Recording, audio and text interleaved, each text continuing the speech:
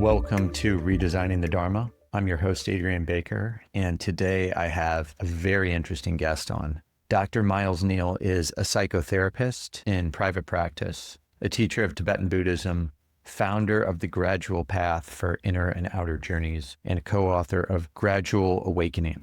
His latest book is Return with Elixir, 4 Maps for the Pilgrimage of the Soul Through Death and Rebirth, which is integrating Joseph Campbell's mythology, Carl Jung's psychology, Tibetan Buddhist alchemy, and the precession of the equinoxes. Over the past 25 years, Miles has fused Eastern spirituality with Western psychology. He earned a master's in meditation research from New York University, a doctorate in clinical psychology from the California Institute of Integral Studies, and trained in long-term mentor-student relationships with preeminent American Buddhist scholars, Professor Robert Thurman and Dr. Joseph Luizzo, as well as Tibetan master Geshe Tenzin Zopa. Miles has taught psychology and meditation at the integrative medical clinics of Harvard, Columbia, and Cornell University, designed and led the 2-year contemplative studies immersion certificate program based on the Tibetan Gradual Path, Lam Rim, and offers courses and workshops internationally at places such as Tibet House, US. And Miles' current focus is on curating and offering life-changing pilgrimages to sacred sites around the world. And that theme of pilgrimage is the focus of much of our conversation today. So I hope you enjoyed my conversation with Miles, and please leave any questions or comments with what you enjoyed about the conversation or questions that you'd have or like to be addressed in coming episodes. Thank you.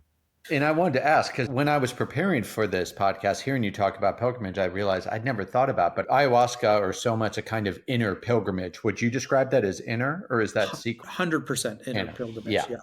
100% inner pilgrimage. Yeah. It could be secret. We'll get to the distinction. If it involves movement of prana, then I think it would be secret pilgrimage. It would definitely be secret then. Yeah. At least specifically with ayahuasca and soma, but we'll get to that. So the inner pilgrimage very often and usually is simultaneous with the outer pilgrimage, in which someone basically leaves a comfort zone or a kind of identity formation that is kind of rigid or seen its last day or is beckoning. The soul is beckoning for transformation. So someone is stuck, someone's addicted, somebody's grieving, somebody has to move from one place to another. There needs to be movement.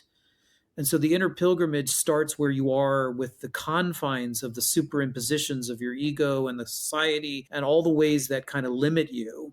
And basically you sign up for disruption. You let go of some of these things, or you face them, or you push through them. And over the course of the pilgrimage, not only are you moving physically, but internally, you are going through letting go of grief, or you're, seeing through the kinds of ways we tell ourselves we can't do this, or we can't do that, or this is who I am, or this is how I want someone to see me. You get to disrupt and shake those up. And in the liminal part of the pilgrimage, you get to show up and experiment with what is it like to be completely new or completely different, or act in new ways, or to be more pious, or to be more thoughtful, or to be more discerning about your limit. It's also there in therapy. Therapy is a pilgrimage too. That makes sense. In the initial phase of therapy, it's all about rapport building. So you make a connection with someone, you create the confines or the context, and then you start to do deeper work, and you usually hit an impasse where the politeness falls away and someone feels hurt or someone feels offended, or you hit a memory that is painful that you didn't want to deal with, and now you get a chance. So you volunteer for a disruptive experience in which you never leave your therapist's office, but you go on a journey with them. And you go and face the dark thing that every fiber of your being wants to run from. And that's what happens on a psychedelic journey, obviously, too. And it happens on pilgrimages. Oh, yes, I like this space, but something inside of me that I don't want to deal with is coming up. Well, the space has activated that, and your intention has called it forth, and there it is. What are you going to do? And so hopefully everything has been set up, not for your comfort, but everything has been set up for your processing of it. And so that's the inner journey. And it's remarkable what you said about Douglas Brooks. I say the same thing to my group. You go through all of this, the arc, the outward arc and the inner arc.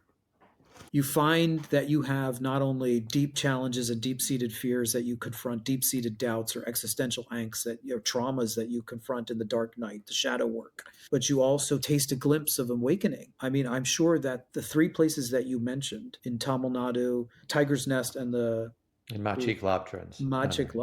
probably without me putting too many words in your mouth, the reason that they're so compelling is that some part of your spirit or soul experience some sense of expansement, transcendent experience, ineffable experience, mystical experience.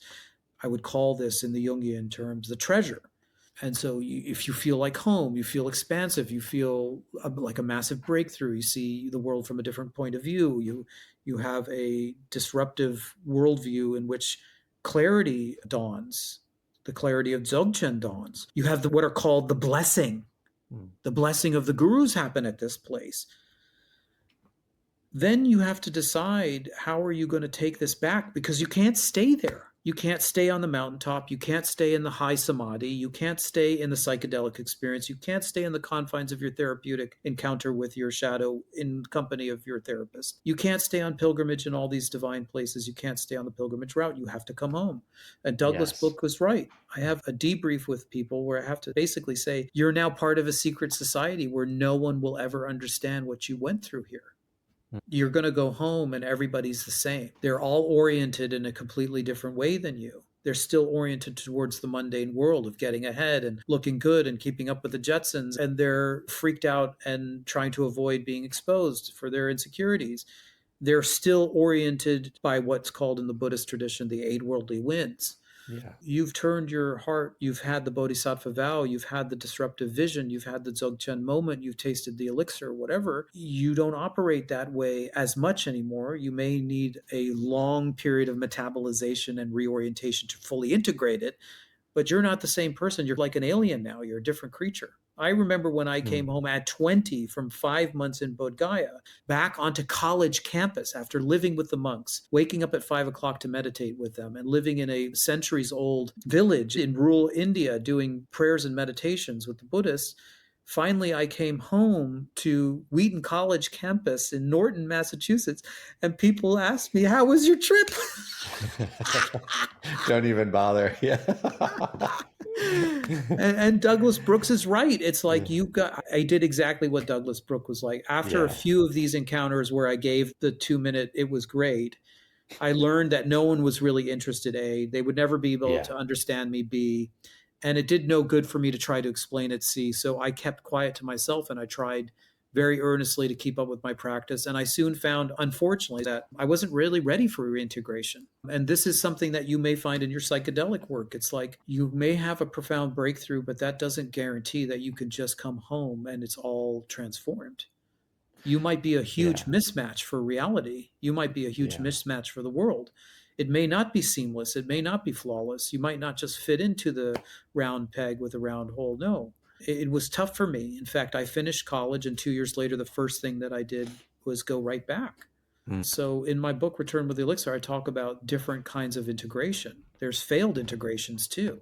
So this is an interesting part of the inner journey and the outer one too. I mean, you have to come home and maybe there's no red carpet for you. Maybe nobody cares about your experience. Maybe no one can relate to it. Maybe you're a complete mismatch and you can't go back to work. Yeah, it makes me think of the Chogyam Trungpa quote. He says, basically, it's like, maybe you don't want to start the spiritual path kind of thing. Buyer be warned. Right. But if you do, best to finish. You know, you hear these stories with people and hear people say to me, well, I don't know if I want to do ayahuasca because I know this guy who did it. He was very successful. And then he sold his business. He lost his ambition. And I said, if you're really meant, like the way the universe is moving through you creatively is to create this business, you're not going to lose that desire. If anything, that could flow through you more quickly. But if you all of a sudden see that you're doing that for all the wrong reasons, then you're not going to be able to hide it from yourself.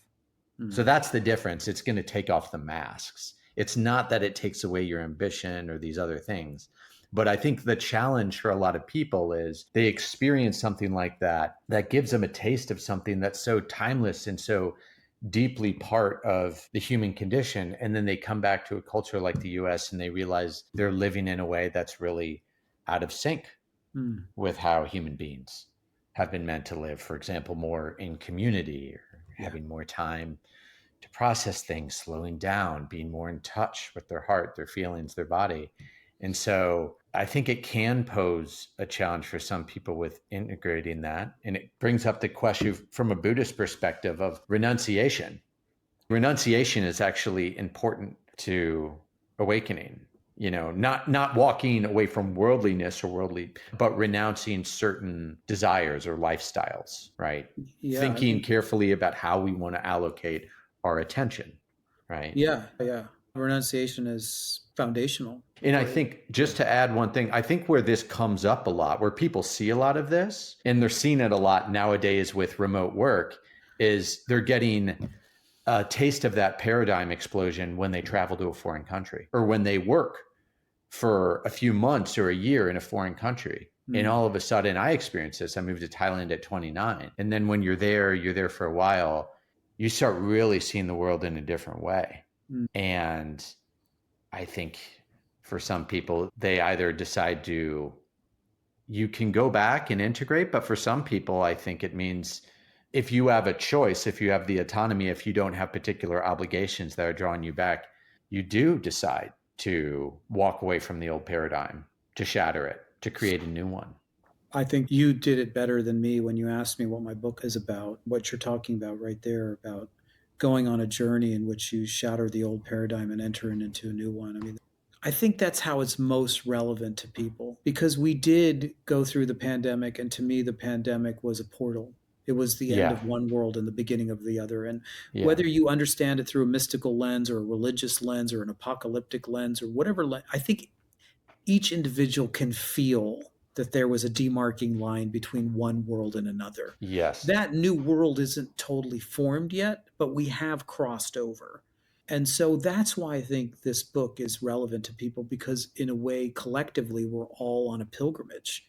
As a civilization, everything is deteriorating and dying.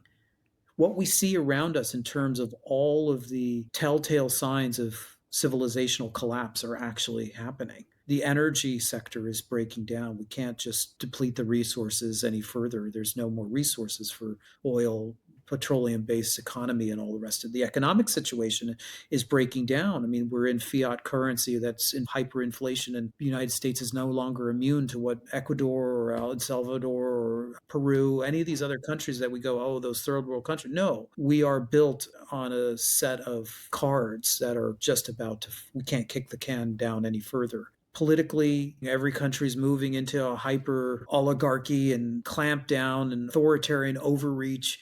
You're seeing the conglomeration, the ecological demise. You're seeing all these telltale signs that in any one generation, one of them would be enough. But in our generation, they're all happening together simultaneously. And there's a beautiful word to capture that that's called the poly crisis. We're in a poly crisis. What I see that as is the end of civilization. It doesn't mean it's the end of civilization, there's nothing left. It means Right. it's the end of the civilization and we're entering a bardo. We are now Mm. bardo. And a lot can happen in the bardo. As you know, as you study the text, the bardo is a period where your worst case fears will come at you as externalities. And in the depictions in the Egyptian pyramids, they have either Thoth or the death and rebirth god, I can't remember, holding the balance of the feather with the weight. Whatever the iconography is in multiple cultures, you find that the death moment is a revelation. What is a revelation? It is that you see the telltale coming full circle of the consequences of your actions of a prior life. And so, where we are in civilization, we're having a revelation. We see how corrupt we've been. We see how disgustingly entitled we've been. Everything is coming to roost. 500 years of slavery is coming to roost. The people on the margins don't want to be segregated anymore, don't want to be marginalized anymore. Fossil fuels depleted to their the temperature increase, all of the symptoms are alerting us to the fact that we have to take deeper intentional moral responsibility for what we've done. And so Yeah. in the bardo, we get two choices: more denial and fear and reaction, or we see the telltale signs for what they are and we atone, we make amends. We vow to do better. We vow to align with deeper intentionality and motivation that's more altruistic, more sensitive, more ethical. And then we can reconfigure our societies. And this is the choice point right now for us. And I get so excited about this because I know every generation feels this, that their generation has this monumental moment. I get that. But we are right on the cusp, post pandemic, post the whole edifice of the world that was designed out of World War II. with all the big conglomerates designed to sort of keep peace and demarcate landmines and landmarks in space. All of it is about to just be utterly reconfigured. And we have the introduction of nuclear weapons and the introduction of AI technology. There's no way that we can ever compare relative to this moment what we have survived as a species on the planet before. This moment is so pivotal, so unbelievably pivotal. And what it says to me, this is the collective pilgrimage. Okay, we're on a collective journey now, Right. but all the same rules apply.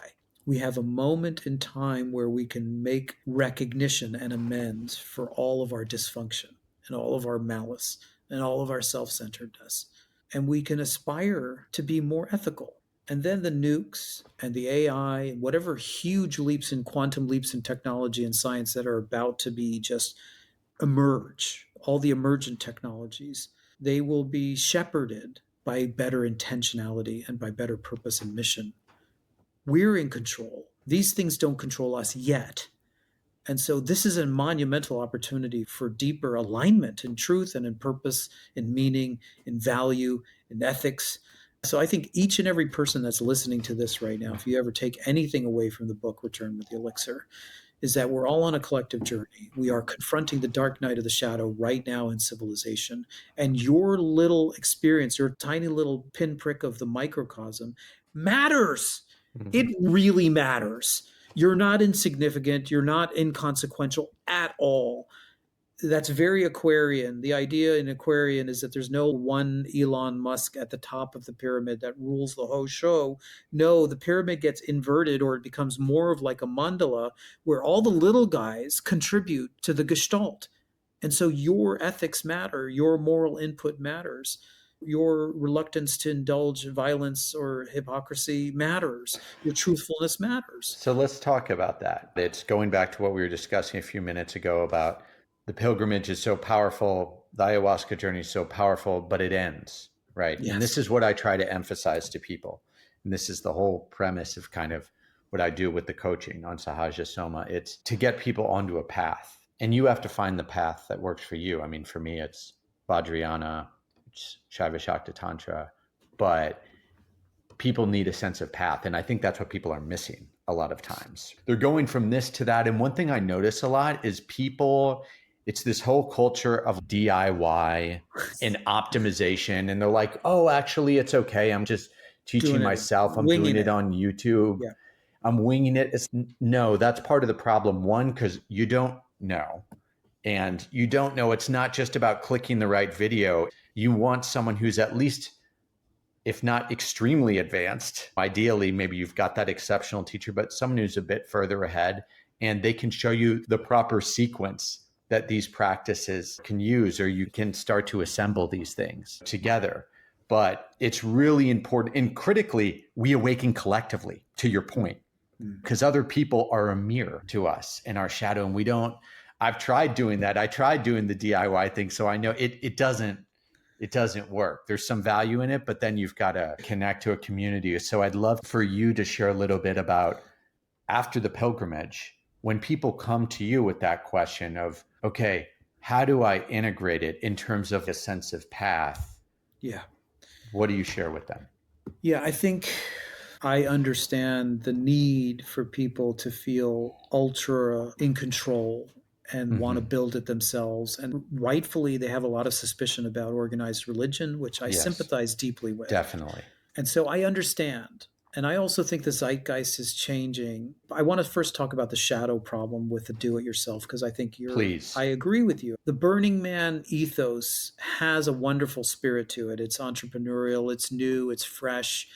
But you could see all the archetypal longings of the universal archetypal longings of a human being. There's ethos of community, and then they have the effigy, and they have ritual, and they have a cosmology, and they have this shared barter exchange. It's like there's some really beautiful elements there. But what it doesn't have is it doesn't have legs. It doesn't have longevity. It doesn't have history. It only goes so far because it's basically a contrived fabrication of the last 30 years or 40 years, or whatever. Yeah. And so I don't want to disparage Burning Man. I understand the impulse of the human being to want to express all of these universal needs. So there's something really that we have to honor there. But when you kind of shirk tradition and kind of do it yourself, you run the risk over time that it doesn't have longevity, it doesn't have depth, it doesn't have sophistication, it doesn't have a coherent cosmology, it doesn't have a coherent philosophy, it doesn't have a coherent psychology, it doesn't have a coherent ritual base. That onion is usually what happens in Peru with the shamanic traditions in Yes. Tibetan Buddhism that are still extant on this tradition. The few pockets of places where these traditions are alive, if you look at them and you analyze them, and you're willing to also raise your hand and say they have inherent problems, they have Yes. bigotry and they have confusion and they have Sexism. sexism and Yeah. misogyny. Let's be honest about all of that. But what they do offer is the whole package that has been time tested and refined over an enormous amount, two That's millennia. key. It's very key. It's very key because as you go on your psychonaut journey, you will cross certain thresholds that a tradition of 30 years that's made up by consensus agreement for some Yeah. pleasure instinct, it won't support you, your deeper psychological needs as a human being on Yeah. that journey. And so I think it's fine. I think it opens doors for a lot of people. I think one pilgrimage isn't going to enlighten you. I think that will open doors for people. I think Mhm. one psychedelic experience can open doors for people. It's not the be end all. I think these people that come home from one ayahuasca experience and says that they say they want to be a shaman for other people is It is incredibly dangerous. it is such a stereotype, but it's a very real thing. My friend who facilitates and I, we joke about it. We're like, oh yeah, did it take 5 or 10? Like his fifth ceremony, the medicine told him to be a shaman, Shaman, right? yeah, As opposed to your ego. And to add on to what you're saying, the problem is, and it's part of about awakening together, there were structures, there are problems with those structures, as you've noted, patriarchal, et cetera. But also what those structures do is they keep your ego in check. And a lot of them, they're coming from cultures where in Asia, where humility is a really big value. One thing that I see with Westerners a lot, and I'm not excluding myself from this, I had to learn it a lot more and more over time being in yeah, Asia. We're yeah, too quick to think we know how to do something. yeah. And No, we're conditioned to project confidence and all that. But especially when it comes to awakening, it's very different. yeah, And not just Burning Man, but I think of somewhere like Koh Phangan, Thailand, or yeah, Ubud, Bali. It's filled with a lot of very beautiful people who are there to heal and smart and interesting people. It's also filled with a lot of people who are, I got my sound bowl certification and I'm a shaman here and I got a little bit of this and a little bit of that. And I did the 200-hour yeah, and now I'm a life coach. yeah, It's wonderful if that's been healing for you, but to be putting yourself in that position of authority explicitly, where if you're advertising yourself as a spiritual teacher, yeah, there's just so much shadow that comes up. We're not ready for that yet. yeah, And yeah, we need to be in community with people in time honored traditions who've really, like your teacher or some of these teachers from yeah. Bhutan, they've been learning it long periods of time. You don't want your surgeon operating on you who just learned it last week. No, There was a lot of training that went into that. yeah. No, you're describing one of the shadows of our culture right now is the pinnacle of narcissism. Yeah. We have so much spiritual narcissism. We don't have the humility. We think we can do it all, and we think we can do it all quickly. Yes. And I think psychedelics, this is one of the, as I see it in my limited exposure, this gets reinforced is that because there's such a big breakthrough, there's such an upside in such a short amount of time that you might get the helicopter view from the mountaintop, but you didn't earn it. And Mm. Jung was very clear about this. He has one of the greatest quotes I've ever heard from Jung is that he said, "Be careful of wisdom unearned." And so, if you take the quick path to the summit and you have the Dzogchen view where you see oneness or you see openness or you see emptiness or whatever it is that's revealed by the mother of ayahuasca, but you didn't do the hard graft of all the long time preparation of humility, the nungdro, of all the Yeah. humility it took to get there, and the post pilgrimage integration, which can also take years of, okay, again, building on the foundation of humility. I saw some things, but I also need to use that breakthrough to keep checking myself and keep digging further and keep going deeper into my shadow and recognizing this is not a one time thing. This is a multi life accumulation of blindness and greed and malice and self centeredness in there and trauma and all the rest of it, that it isn't just obliterated in one quick moment. I think that our culture will graft to psychedelics as some, because we also have this appetite for the spectacular, especially in Yes. America. We Yes. look for the holy grail. Psychedelics is now the new holy grail. In my generation, it was mindfulness. I'm the person Mm. that coined the term mindfulness for exactly this reason, because I saw people hungry for an answer, making mindfulness into this big golden idol in which it's going to solve every problem. And of course, mindfulness without ethics and Hmm. without wisdom was never taught by the Buddha just like that Yeah. as a golden pill to solve all your problems by just counting your breaths for a few minutes on a cushion. No, it's the Yeah. full package again. It's You know, not just meditation as a technique. It's the entire set of teachings and it's the path in the whole package. community that Yes. transforms you. Yeah. So And we that's have to something believe. that I realized when I did the mindfulness training, being in Dharma first. I was like, this is Yeah. what's wrong with secular mindfulness. Yeah. And so you're Yeah. saying the same thing. Our culture has this appetite for the spectacular. We're a little colonial in our thinking. We think we're going to just extract the tool and bring it home and mix and match the Kool-Aid as we like. There's a lot of hubris about it. I've been around it to know that I'm capable of it too, and I've had to work with a lot of other people about it. I think ultimately, to answer your question about what is it that you do when you come home, you recognize you can't stay in that high place. Number one, you can't practice the way that you practice when you're on pilgrimage, where every circumstance, the food, the other people, the cushions, the places, the infrastructure, the itinerary is all designed for this maximal blast of your mind. When you come home, you can't keep it up in that way. But what are the resources that will help you maintain not just meditation? I'm not ever focused on just the meditation, the whole thing that you're talking about, the community, the infrastructure, the value system, the ethical foundation, the philosophy. You have to find communities that have this rich tradition. So go shopping, go on another pilgrimage to find some place that you feel comfortable plugging into. And then have a little humility that maybe it's not going to just work in 6 months. Yeah. Maybe these Yeah. things really require myself Patience. longevity. Like, I'm not going to expect to get enlightened in this lifetime. I Mm. know that's my vow from a tantric point of view, but there's also a part of me that's reasonable and says, given the fact that I've done this for 30 years and I'm still every day confronted by my blind spots and my irritations with my kids and my impoliteness with my students and my insensitivity with my wife and my yearnings and my desires and all the rest of it. My God, I mean, have I made progress? Yes. Am I enlightened? By no fucking Not close. not even close. And then if I'm really honest with you, I have a feeling that this is why the Buddha taught multi-life. Yeah. And then think about the humility of accepting that you're going to do a practice in which you're not going to see the final result in one lifetime.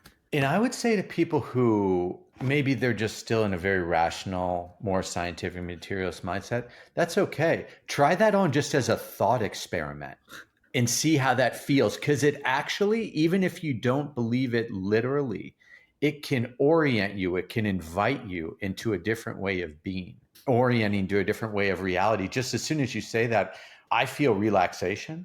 And it's more of an invitation to just be present, patient, Patient, relaxed. patient, yeah. Patience is the essence of Dharma, my teacher told me, and I And absolutely it's the say that absolute mantra. opposite of the world that we live in, right? We have no Oh, patience. If your internet speed isn't like bam, you're yeah. like irritated. If there's one person in front of you in the line to the bank, you're irritated. If your email doesn't go out and it bounces, bam. I mean, Cut me off in traffic, we cannot tolerate even an iota of time. And think about, these traditions are asking you to think about lifelong, if not multi-lifelong. So I love your invitation of just Yeah. trying that on for size. I would say the same, not only for your own personal spiritual practice, but now that we've entered this threshold where we're rebuilding civilization, I ask people to think about, are you willing to build the strong ethical foundation in your life that sets up future generations? So you may never see the development of this civilization, but you would be responsible for the early building blocks of an ethical foundation for the future that Yeah. maybe your grandkids or great grandkids wouldn't inherit. Are you willing to do that? And in feudal times, in the medieval times, when they built cathedrals, this was the mindset that they had.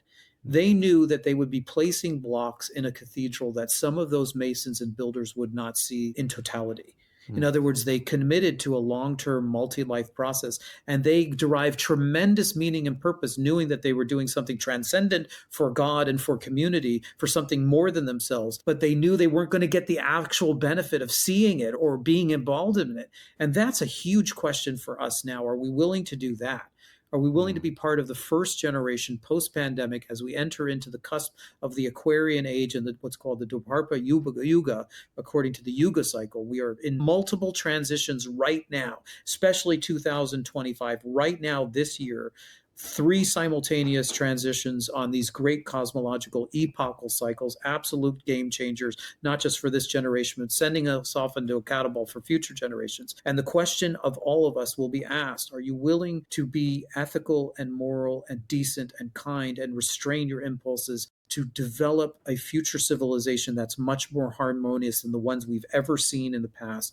And you won't be there to see it, but you will bequeath it to your grandkids. And if you believe in multi-life theory, you will eventually inherit it back. That's a question that those that are bound by that narcissistic impulse and immediate gratification are going to have a very hard problem with. But those impulses are precisely why we're in the shit right now.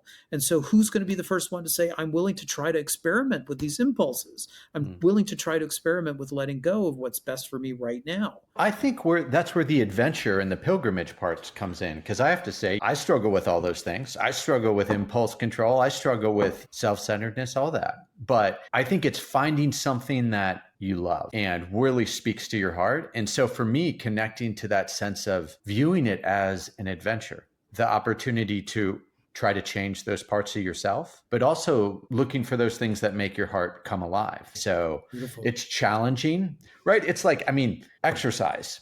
Like a lot of people don't want to go to the gym because they hate it. I love going to the gym and it's not hard at points, but I didn't used to like it. But then once you get into it, you don't even view it that way anymore as deferring gratification. And it's a similar thing here. So there are difficult things on that pilgrimage, but that big hike, once you know how it feels once you get to the top and you overlook the valley, from below, or you're looking up at the mountain and you just learn to savor that or whatever it is. So find the things that you love as well, and don't just view it as a chore or work or things like that. But I like that. Find the thing that you love and know that the chore within it or the difficulty within it is really, really meaningful. It's part of the journey, and just learn to work with that part of you that wants to shift back and forth to optimize out that unpleasant part and just focus on what's nice and frictionless and all of that. Yeah. I'd love to ask you this as we close on a personal note. I know that after being in the US for so long, you moved to Bali during the pandemic, I believe, in the earlier stages. And I'm curious for you what that process has been like in terms of your own inner alchemy. Because for me, I feel like that was one of the most psychedelic, paradigm changing experiences I did. And I know hopefully we've got a lot of people in the audience who aren't just from the US, or they're also location independent and they've maybe gotten a taste of it or they're curious to try that. So I'd love to hear about the alchemical journey for you of living in Bali. Part of my departure was, and this is all in the book, part of the book is philosophical, but it's also a personal narrative too, a personal journey. So part of going to Bali was on the heels of a terrible ordeal, which included a betrayal that I experienced with one of my primary teachers, a relationship I had for 20 years. So part of it is that I had built up a whole identity as a therapist, and I had a nice job and a fancy title and worked with big organizations and had a comfortable lifestyle and lived in Manhattan, and started to feel like the walls were closing in and that something deeper inside of me wasn't being fed. And then I had this nasty, heartbreaking, once in a lifetime kind of betrayal that destroyed me, and I felt dead inside. Talk about a disruption. It completely disrupted my whole idea of what trust could be. And it took a multi-year journey or process to heal it. But my departure was on the heels of that. I decided I have 2 kids. My world has been destroyed. It wasn't that satisfying ultimately anyway. And the world is now open. And so I can go on a pilgrimage. I can try to resource myself and find a location where I could build anew. And I was following the stars at the time, and I knew cosmologically this is the question that all of us are being faced with. And now you don't have to move to Bali, but the archetype of the signature of the cosmology of the time that we're living in right now is death and rebirth. It's about civilizational death. And it means, are you going to stay holding on to the old world and counting your breaths and treading water? Or are you going to let go, fully die, and migrate into the unknown for a chance at a new life that resembles or aligns with your deepest dreams and your deepest aspirations? And so that's a risk. That's a risk calculation. And if I could be even more precise to your listeners, the real risk calculation of this archetypal moment is, will you risk security for freedom? The old world was built on brick and mortar, pensions, 401ks, paychecks, and health insurance. There was a time where our parents used to stay with the same corporation and get a Rolex watch at the end of 40 years of service. And they stayed in one house, and you were you went to high school and 18 years, and you moved shortly thereafter. You went to college nearby, and you had 3 kids, lived in a white picket fence. That world is gone. Now the new world is coming. And for me, that meant grab my kids, 1 suitcase, sell my house, every possession, and embark on a journey. I did a little sampling of some key places that I thought might be places that represented where rebooting of civilization might happen. One of them was Costa Rica, one of them was Greece, one of them was Mexico, and one of them was Bali. Bali, I ended up finding a teacher there who ended up becoming more than a teacher, became an ally and a friend, a local wisdom keeper of the alchemical traditions of Bali. And the time I spent with him opened portals, and I knew there and then that that would be where I would go. Now, one thing about magical and inspiring stories like that is that that's only a half truth. Bali was also an extreme disaster for me too. Okay. I left at the pinnacle of my career where clients were coming in, projects were robust, pipeline of income was there. I had kids to take care of. I had a nice family, a nice house. When I hit Bali, my income stream dramatically decreased to half. And that was shocking to my system. The phone calls, no projects, no clients, nobody knew me. 20 years of building up my identity and my infrastructure and my brand and all of that gone. I was literally dead. I was no one. So all the aftershocks on my ego and what I expected and what I thought I earned at near 50, this is like, you don't get many chances in life to build a career. It was destroyed in a couple of years, never to be rebuilt. So I traded the security, but what did I get? I got a lot of revelation in the quiet time. A lot of shadow came up. I would say it was like a 3-year psychedelic experience where all my garbage was coming up. It was very painful and very, very disorienting and very difficult. And so everybody thinks, oh, you moved to Bali and rice fields and following the wisdom keepers into ceremony. No.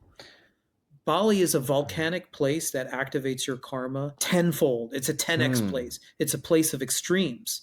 And so my wife and I, who's also a psychologist, for a couple of years there, were really sorting through a lot of very painful shadow about identity and who we had arrived at and where we were and what did we regret and how much did we lose and where were we going and not knowing. But it taught us both so much. We reoriented our entire value system.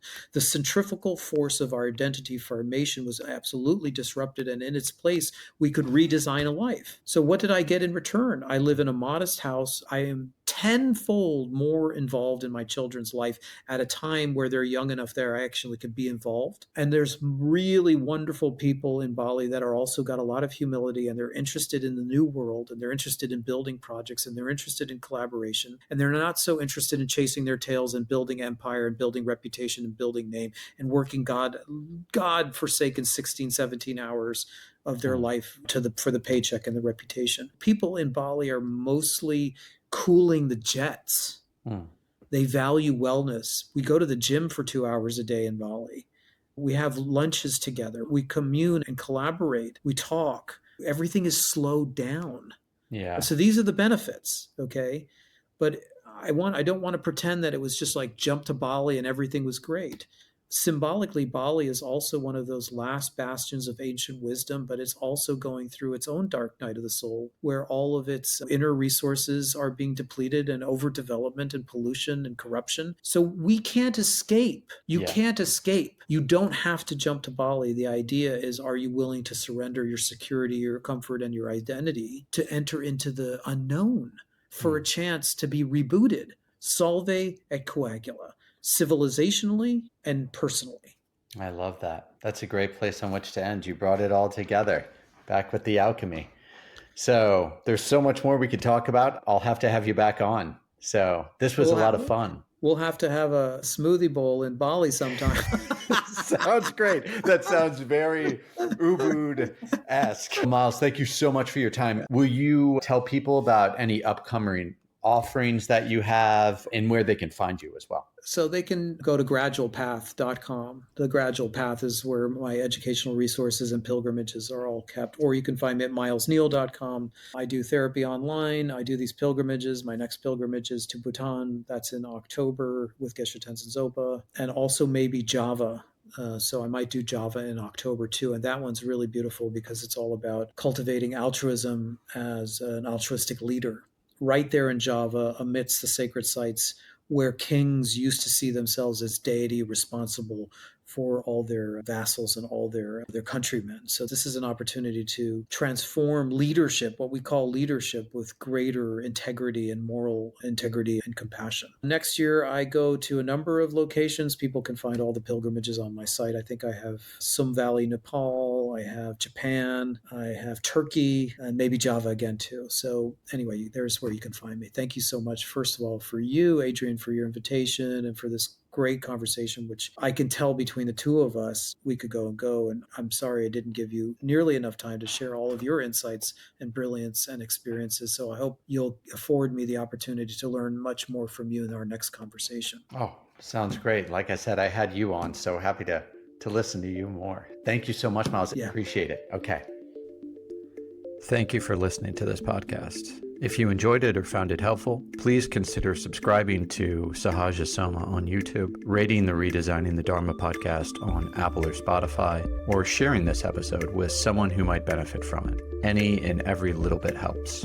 Also, please bear in mind that the plants and compounds mentioned on this podcast and on the Sahaja Soma platform are illegal in many countries, and even possession can carry severe criminal penalties. None of this represents medical advice or advocacy and should be construed as a recommendation to use psychedelics. There are serious legal, psychological, and physical risks. Psychedelics are not for everyone. They can exacerbate certain emotional problems, and there have been, in very rare cases, fatalities. Thank you very much for listening, and I hope to see you on the next episode or elsewhere on the Sahaja Soma platform.